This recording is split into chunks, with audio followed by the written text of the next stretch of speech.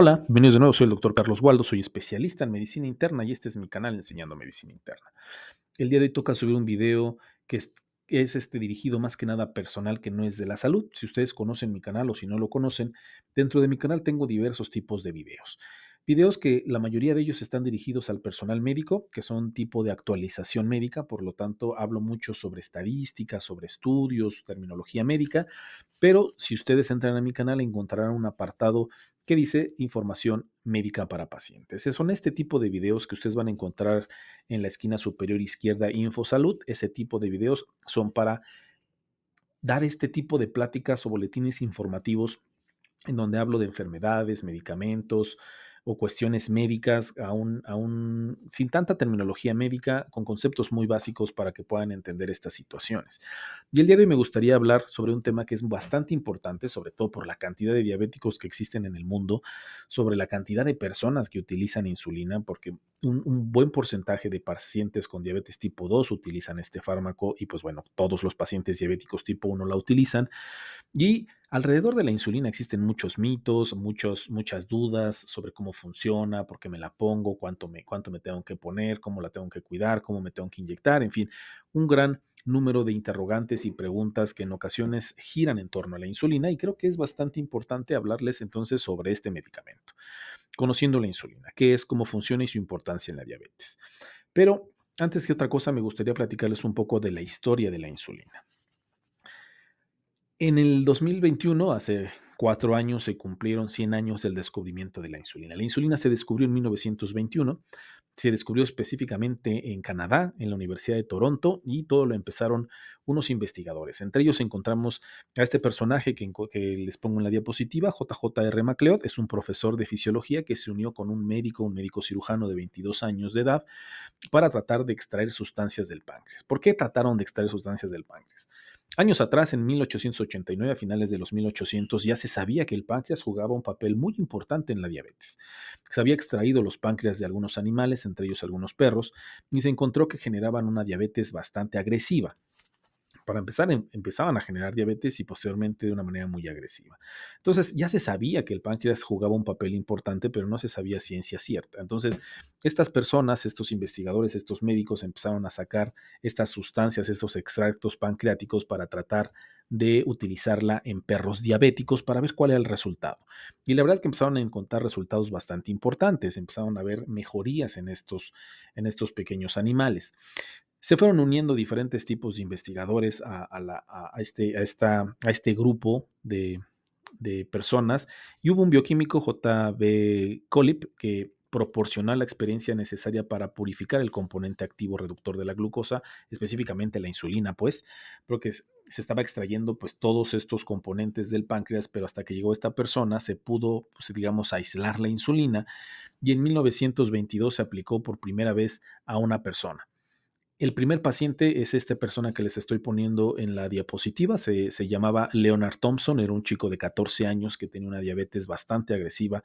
Si ustedes pueden ver en la fotografía, en la parte de la izquierda, encontramos antes de la aplicación de la insulina, pesaba apenas 29 kilos, estaba en muy malas condiciones generales y conforme se le fue aplicando estas inyecciones que en un inicio se le llamaba inyecciones del extracto de Banting Bent, que eran las personas que lo habían descubierto y lo describían como una sustancia espesa, marrón, muy extraña, pero que empezaron a notar que después de la aplicación de la insulina o de este extracto, como ellos le llamaban, y la persona empezó a mejorar bastante, la glucosa empezó a disminuir, la persona se empezó a sentir mucho mejor, empezó a ganar peso y su vida cambió de una manera radical. Con el paso del tiempo, las compañías farmacéuticas, los laboratorios empezaron a hacer mucho mayor investigaciones y por fin en 1923 se logró una producción comercial a gran escala de la insulina y es como la conocemos hoy en día. Para que se den una idea de la cantidad de insulinas que se han desarrollado a partir de que se descubrió en 1921, les pongo esta figura que dice exactamente en qué años empezaron a descubrir los diferentes tipos de insulina, los diferentes compuestos hasta los que conocemos hoy en día, pero vino a revolucionar por completo eh, el tratamiento, sobre todo de los diabéticos tipo 1, porque la mayoría de los pacientes, más bien todos los pacientes con diabetes tipo 1 terminaban pues muertos hasta que se descubrió la insulina. ¿Pero qué es la insulina? ¿Para qué nos funciona? Bueno, la insulina es una hormona vital producida por el páncreas encargada de regular los niveles de sangre. Como les comento, aquellos pacientes que no producen insulina o que por algún motivo les quitáramos el páncreas, le sacáramos el páncreas del cuerpo, pues sería incompatible con la vida. El paciente empezaría a tener deterioro de su salud con elevación de la glucosa hasta que pues colapsara el organismo y finalmente falleciera. Entonces, es importante, es de vital importancia el páncreas y no solo por la producción de la insulina. El páncreas tiene muchas otras funciones, hormonas endócrinas, exócrinas, funciona para muchas cosas, pero una de vital importancia es regular la glucosa o el azúcar, que para términos de la plática, azúcar y glucosa son lo mismo, pero pues, en ocasiones voy a hablar de azúcar o de glucosa. Es importante, es de vital importancia tener el páncreas por la producción de insulina. ¿Dónde se va a producir? Hay una parte muy específica dentro del páncreas donde se produce la insulina. Del páncreas tenemos unas estructuras que nosotros denominamos islotes de Langerhans, que son las que les estoy poniendo en la diapositiva. Pero en estos islotes de Langerhans, a su vez, va a tener diferentes tipos de células, que se llaman células alfa, células beta y células delta. La insulina se va a producir específicamente en las células beta de los islotes de Langerhans del páncreas. Es un es de exactamente en donde se producen. Aquí en estas células beta se van a almacenar, se va a producir y una vez que se produzca y se necesite la insulina, se va a ir hacia el torrente sanguíneo. Pero, ¿qué es lo que va a provocar que se produzca y se almacene la insulina? Pues bueno, cuando nosotros comemos algún tipo de alimento, sobre todo carbohidratos como son pan, arroz, dulces, cosas con azúcar, la glucosa o el azúcar dentro de nuestra sangre se va a empezar a elevar de una manera paulatina. Es aquí cuando se estimula la producción de la insulina. Va a haber ciertos efectos dentro de nuestro organismo que cuando se detecte que este azúcar o esta glucosa se empieza a elevar en la sangre, el páncreas va a empezar a funcionar, las células beta van a empezar a funcionar, van a producir esta insulina y la van a liberar al torrente sanguíneo. Una vez que se encuentra en el torrente sanguíneo, de una manera muy esquemática en este video, la insulina va a llegar a un receptor de la insulina. Todas las células de nuestro organismo van a tener este receptor y todas las células de nuestro organismo necesitan el azúcar. El azúcar o la glucosa es como la energía que se necesita para que funcione de una manera adecuada. El cerebro necesita azúcar, el corazón, los pulmones, los músculos, el cerebro, todos nuestros órganos, las células de nuestro organismo necesitan el azúcar porque es el combustible para que nosotros podamos funcionar. Entonces la insulina es como una llave. La insulina llega a este receptor de insulina y es como la cerradura, abre la puerta y deja entrar la glucosa hacia las células. Por eso cuando nosotros tenemos problemas de la insulina, que no se produce muy poquito, o existe algo que nosotros llamamos resistencia a la insulina, que no significa otra cosa que la insulina no está funcionando como debería, entonces la puerta no se puede abrir o se abre con mucha dificultad, pero sobre todo no se puede abrir. Es como si tenemos una llave que tratamos de meter a una cerradura, pero no es la llave correcta y no funciona y no se puede abrir la puerta.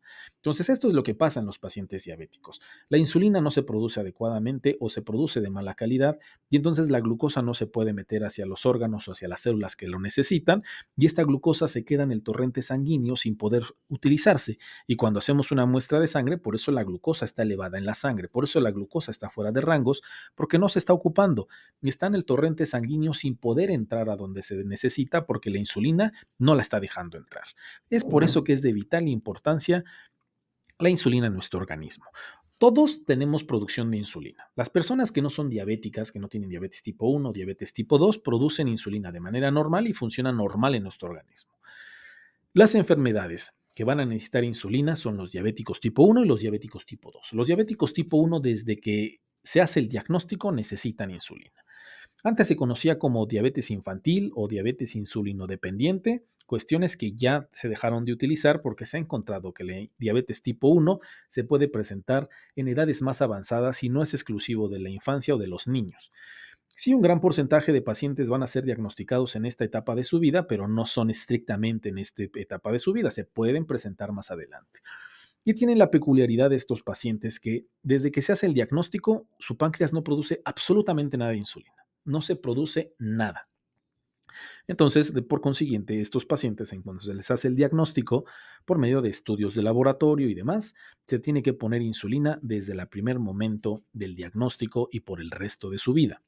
A diferencia de los diabéticos tipo 2, los diabéticos tipo 2, en un inicio, cuando se hace el diagnóstico reciente de diabetes tipo 2, por lo general su páncreas puede producir insulina, a lo mejor de mala calidad, a lo mejor en poca proporción, pero producen insulina y por eso responden a fármacos tomados, medicamentos antidiabéticos como lo llamamos los médicos para bajar la glucosa. Sin embargo, si el paciente no tiene un adecuado control, no tiene cambios en los estilos de vida, no sigue los medicamentos, la glucosa está muy elevada, tarde o temprano ese paciente necesitará la aplicación de insulina porque estará muy descontrolado e inclusive ya con alteraciones y complicaciones propias de la enfermedad que, que es el momento en el que nos surge bajar la glucosa y tenemos que poner insulina. O habrá algunos pacientes que son los menos, que a pesar de que están tomando medicamentos, siguen los cambios en los estilos de vida, aún así no responden por completo y tendremos, por última instancia, la necesidad de aplicar la insulina. He encontrado algunas confusiones con mis pacientes que me comentan, es que yo era diabético tipo 2 y me convertí en diabético tipo 1 porque me pongo insulina. Pues, no, la cosa no es así. A veces los pacientes diabéticos tipo 2 en el transcurso de su vida o de la evolución de la enfermedad, algunos de ellos necesitarán insulina, no todos, pero algunos de ellos sí la necesitarán. Y no por utilizar la insulina se convierten en diabéticos tipo 2, son diabéticos, digo, diabéticos tipo 1, son diabéticos tipo 2 que ya están necesitando insulina.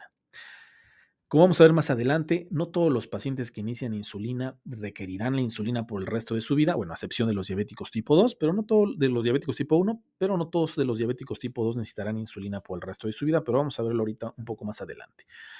¿Cuántos tipos de insulina existen? Hay muchos tipos de insulinas, hay diferentes tipos de insulina y va a depender del tiempo en el que tardan en hacer acción y cuánto duran en nuestro organismo funcionando.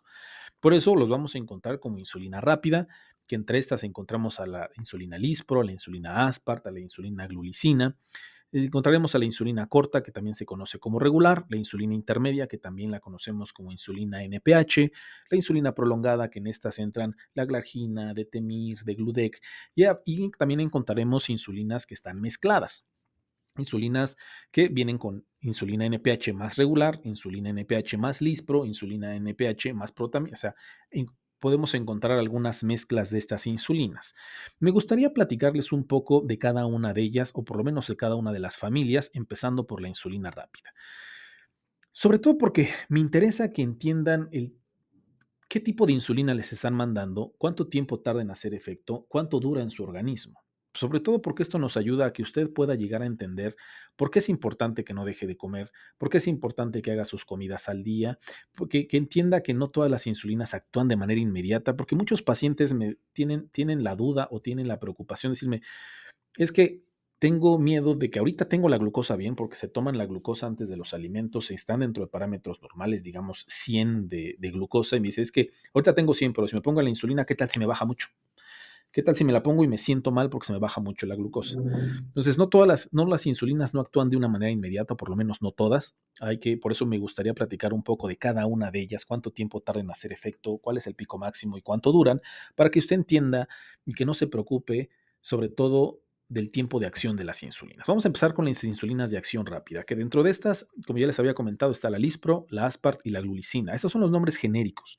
Las pueden encontrar con nombres comerciales, pero el nombre genérico son estos. Estas tienen la peculiaridad de que empiezan a actuar de manera muy rápida. Son las insulinas que actúan muy rápido una vez que las aplicamos. Si usted se pone la insulina, en 10 minutos, máximo 15 minutos, esa insulina ya está haciendo su función. En la diapositiva la podemos encontrar como la curva morada. Actúan entre 10 a 15 minutos, alcanzan su pico máximo. El pico máximo me refiero al momento en el que tienen su mayor efecto dentro del organismo, entre 30 a 90 minutos. Más o menos como en una hora, esa insulina que usted se puso ya está en su función máxima. Sin embargo, así como rápido actúa o que rápido empieza a actuar, también es de las insulinas que duran menos dentro de nuestro cuerpo o que actúan menos tiempo en nuestro cuerpo. Lo máximo que va a durar haciendo función dentro de nuestro organismo las insulinas rápidas son máximo 5 horas, de entre 3 a 5 horas. ¿Para qué utilizamos este tipo de insulinas? Sobre todo para controlar estos picos de glucosa que se presentan en los pacientes después de los alimentos. Los diabéticos tienen la mala fortuna de que nosotros cuando comemos y se empieza a elevar el azúcar dentro de nuestra sangre, las personas normales se va a liberar insulina del páncreas y controlan este pico de azúcar. No impiden que se eleve demasiado la cantidad de azúcar dentro de nuestro cuerpo porque se está liberando la insulina en nuestro organismo. Sin embargo, hay algunos pacientes diabéticos que la ingesta de estos alimentos las eleva demasiado, demasiado. Entonces necesitamos poner este tipo de insulina antes de los alimentos para tratar de controlar estos picos de glucosa tan elevados y mantener un poquito más estable la glucosa, sobre todo después de los alimentos. Este tipo de insulina se utilizan después de los alimentos. Su médico en ocasiones le puede indicar que se ponga este tipo de insulina antes del desayuno, antes de la comida, antes de la cena, a lo mejor nada más en el desayuno y la comida, a lo mejor antes de la cena, a lo mejor una vez con un alimento. Va a depender mucho de las características de usted, los picos de hiperglucemia, y por eso muchas veces en los pacientes diabéticos que están empezando a utilizar insulina, a los médicos es de mucha importancia que se tome la glucosa antes de los alimentos y 2 horas después de los alimentos, porque nosotros podemos ver cómo se comporta el azúcar antes de que usted empiece a comer y después de que comió, para tratar de ver si usted hace picos muy elevados de la glucosa después de los alimentos y si usted se viera beneficiado de utilizar este tipo de insulinas. También en algunos pacientes los utilizamos hospitalizados, no en todos, la que utilizamos más comúnmente es la corta o la regular, pero también la podemos llegar a utilizar en pacientes hospitalizados. Sobre todo porque como actúa de manera muy rápida, logramos controlar la glucosa o mantenerla estable mientras usted se encuentra hospitalizado. También este tipo de insulinas se puede llegar a utilizar en las bombas de insulina, que ahorita voy a hablarles a qué me refiero con las bombas de insulina. Pero quiero que se queden con la idea de que esta insulina es la que actúa más rápido, que alcanza su pico máximo más rápido, pero que dura en el cuerpo mucho menos tiempo que el resto de las insulinas. La siguiente insulina es la insulina de acción corta o que también se conoce como insulina regular. Es la línea verde que están viendo en la diapositiva. Su inicio de acción es entre los 30 a 60 minutos.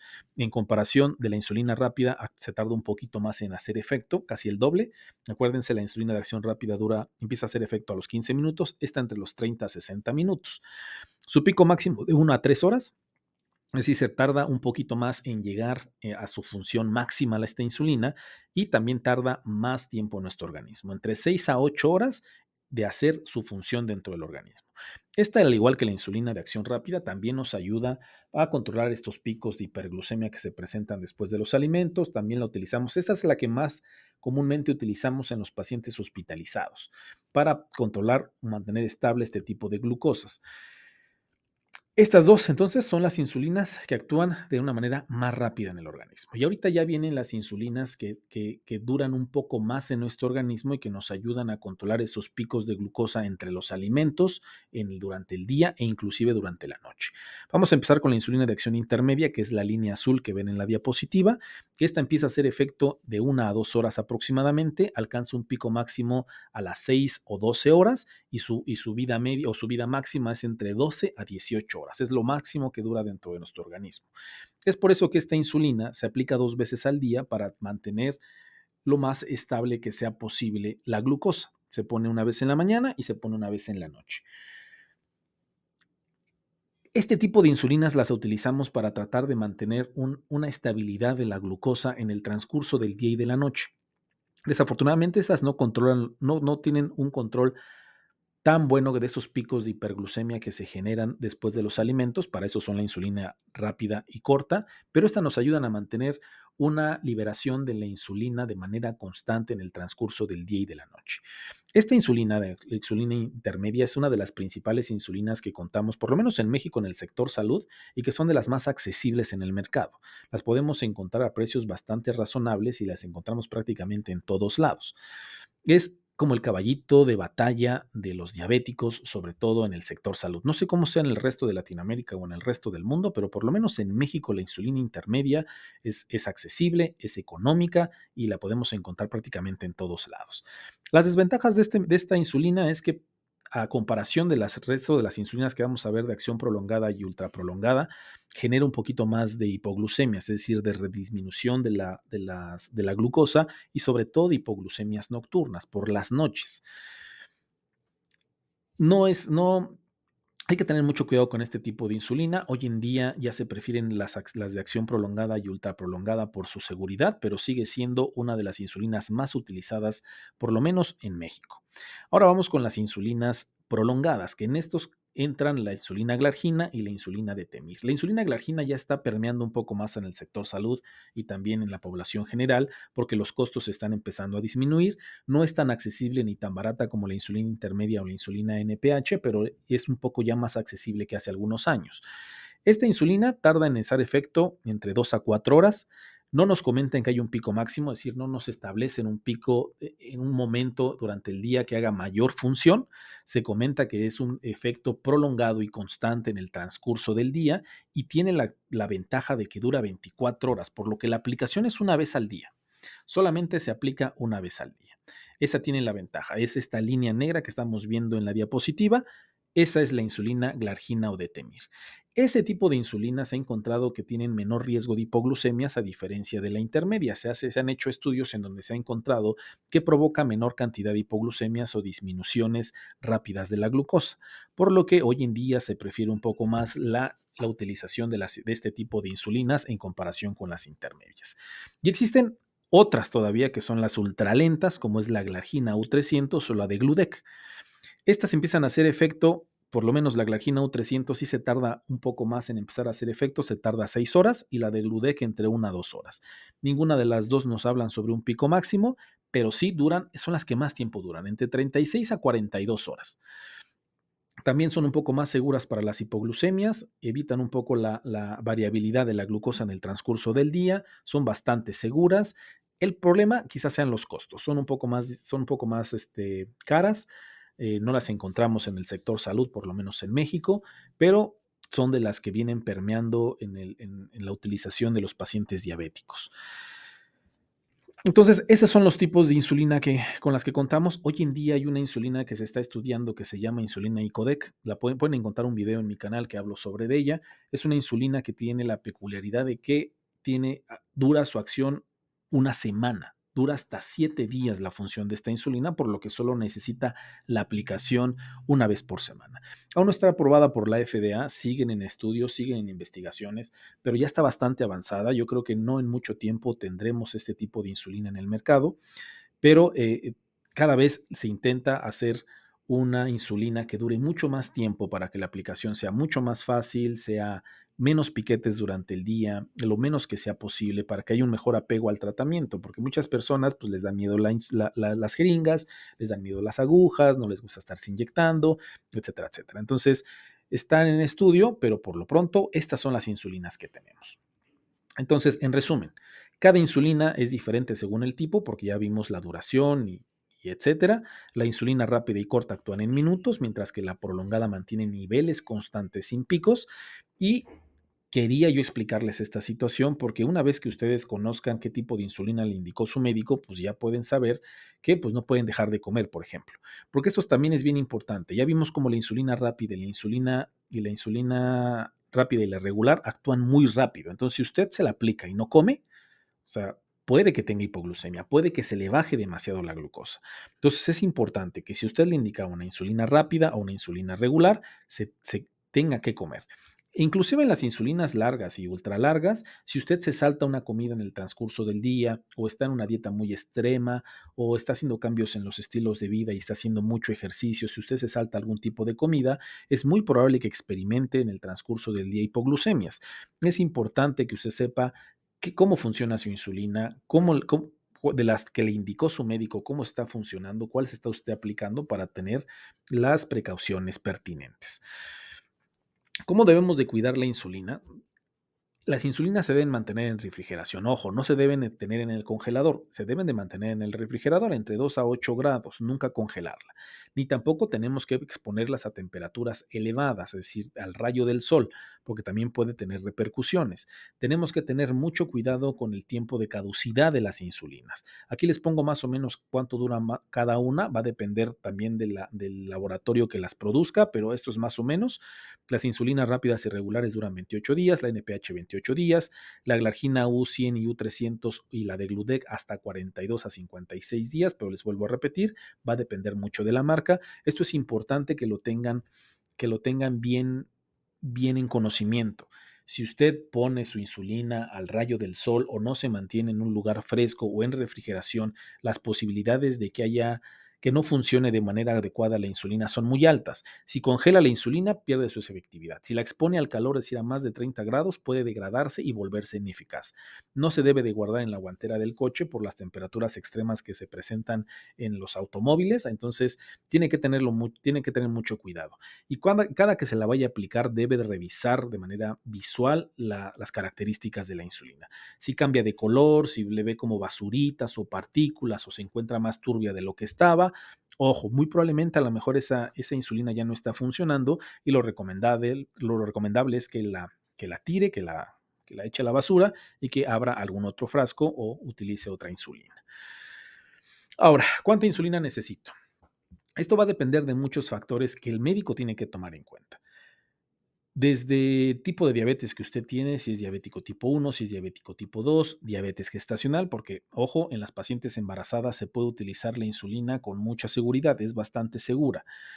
Los niveles de glucosa que en esos momentos se está manejando o con los que se le hizo el diagnóstico, los niveles de hemoglobina glucosilada con las cuales el médico está decidiendo el inicio de la insulina, eh, el tipo de alimentación que usted está llevando, si tiene dieta, si no tiene dieta, si está haciendo actividad física, si no está haciendo actividad física. Es decir, son muchos los factores que como médicos tomamos en cuenta para decidir la cantidad de insulina que tiene.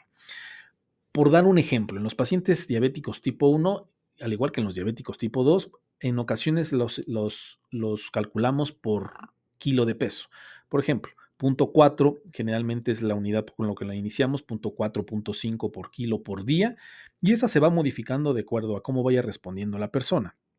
Iniciamos con una dosis calculado. A veces podemos llegar a utilizarlo un poquito más si el paciente tiene 300, 400 de glucosa, hemoglobinas glucosiladas de 10. En esos pacientes a lo mejor seremos más agresivos en el tratamiento. De lo contrario, en ocasiones podemos iniciarlo con 0,4, 0,5 por kilo por día y le iremos modificando de acuerdo a los valores que usted vaya presentando. Y por eso es importante tener un monitoreo en el domicilio, es decir, estar checando su glucosa de manera constante en la casa, antes de los alimentos, después de los alimentos, como le haya dicho su médico, y con esos resultados los médicos podemos tomar decisiones de subirle, de bajarle, de seguirle igual o de cambiar de insulina inclusive. Entonces, sí va a depender mucho de varias condiciones y una vez que ya se le haya establecido una dosis específica, y esta se irá modificando y se irá cambiando de acuerdo a cómo usted vaya respondiendo. ¿Cómo se aplica la insulina? Va a depender del tipo de insulina que nos hayan mandado porque de acuerdo al tipo de insulina va a ser la presentación.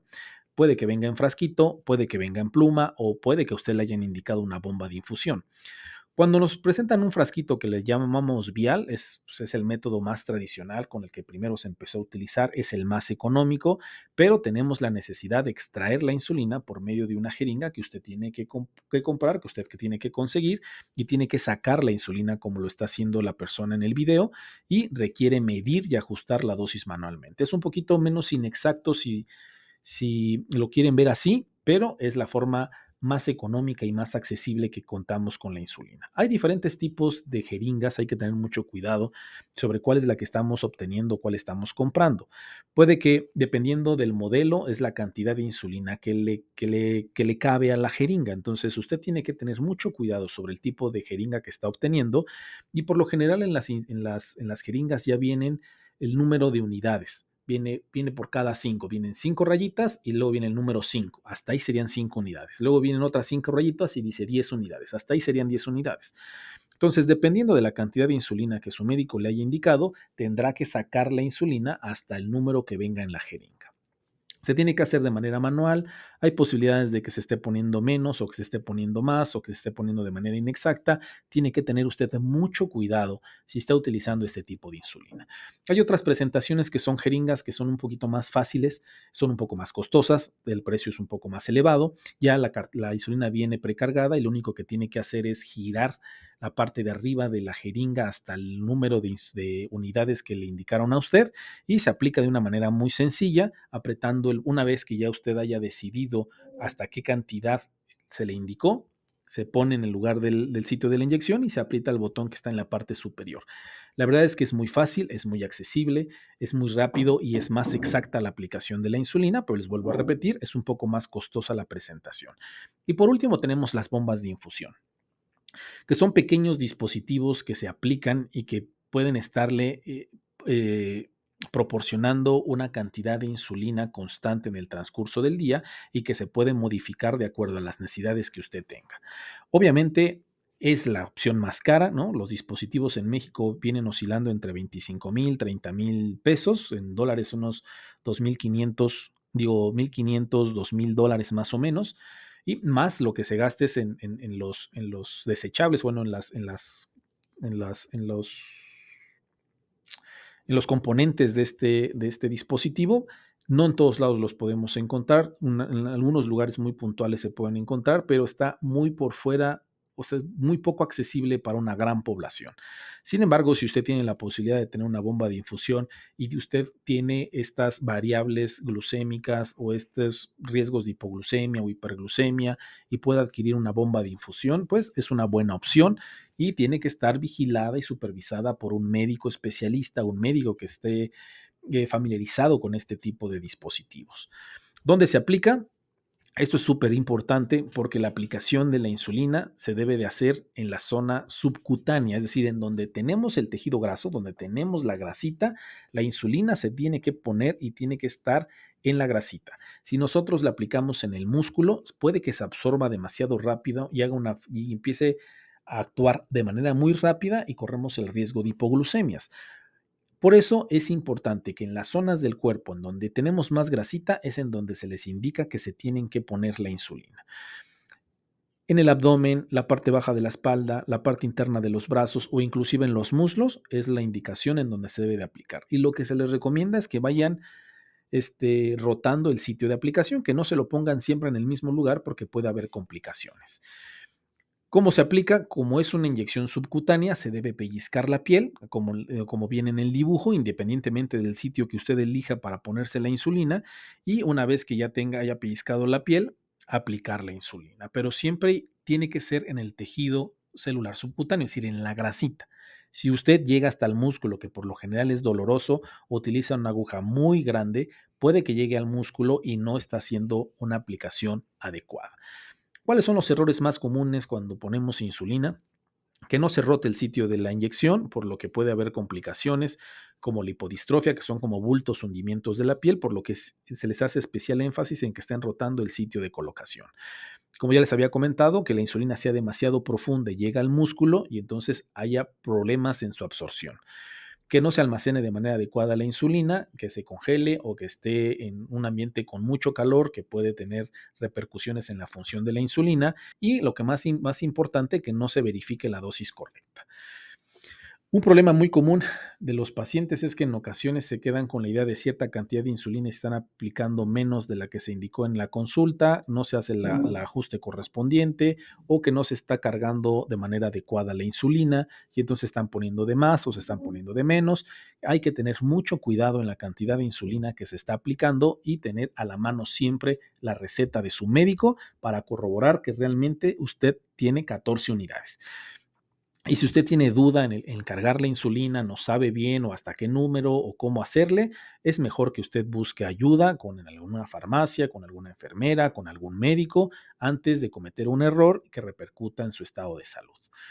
Existen muchos mitos alrededor de la insulina y que me gustaría abarcar algunos de ellos, porque estos pueden llegar a que impidan que usted se ponga la insulina porque ha estado escuchando estos mitos. Y me ha tocado, en la consulta me ha tocado que me dicen, no doctor, porque me han dicho que la insulina me va a dejar ciego. Pero la verdad es que no, la insulina no lo deja ciego.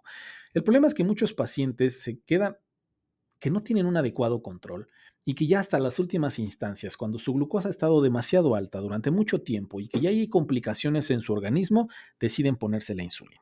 Y muchas veces coincide ya que el paciente tiene un problema en los ojos, que si el paciente no tiene un adecuado control de la glucosa, genera una enfermedad en los ojos que se llama retinopatía diabética.